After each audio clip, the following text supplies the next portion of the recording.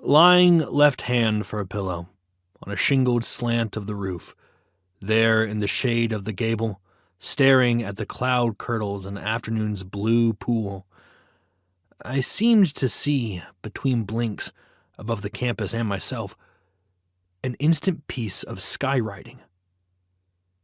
"Do you smell me dead?" I read. A moment's appraisal, and it was gone. I shrugged.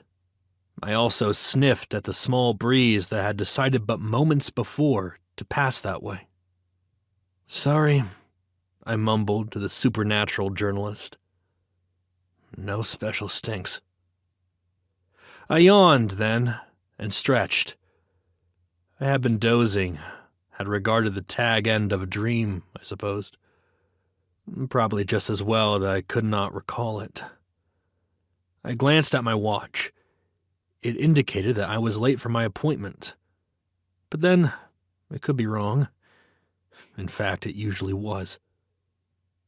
I edged forward into a 45-degree hunker, my heels still resting against the ice-catching eyelets, my right hand now upon the gable.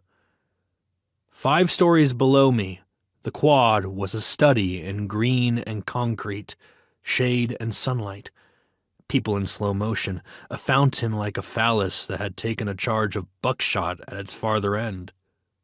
Beyond the fountain lay Jefferson Hall, and up to Jeff's 3rd floor was the office of my latest advisor, Dennis Wexruth. I patted my hip pocket. The edge of my schedule card still jutted there. Good. To go in, go down, go across, and go up seemed an awful waste of time when I was already up. Although it was somewhat out of keeping with the grand old tradition, as well as my personal practice to do much climbing before sundown, the way across, with all the buildings connected or extremely adjacent, was easy and reasonably inconspicuous. I worked my way about the gable and over to the far eave.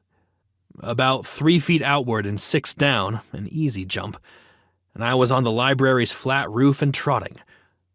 Across the roofs and about the chimneys on a row of converted townhouses, then over the chapel. Quasimodo-like, a bit tricky there, along a ledge, down a drain pipe, another ledge, through the big oak tree, and over to the final ledge. Excellent. I had saved 6 or 7 minutes, I was certain.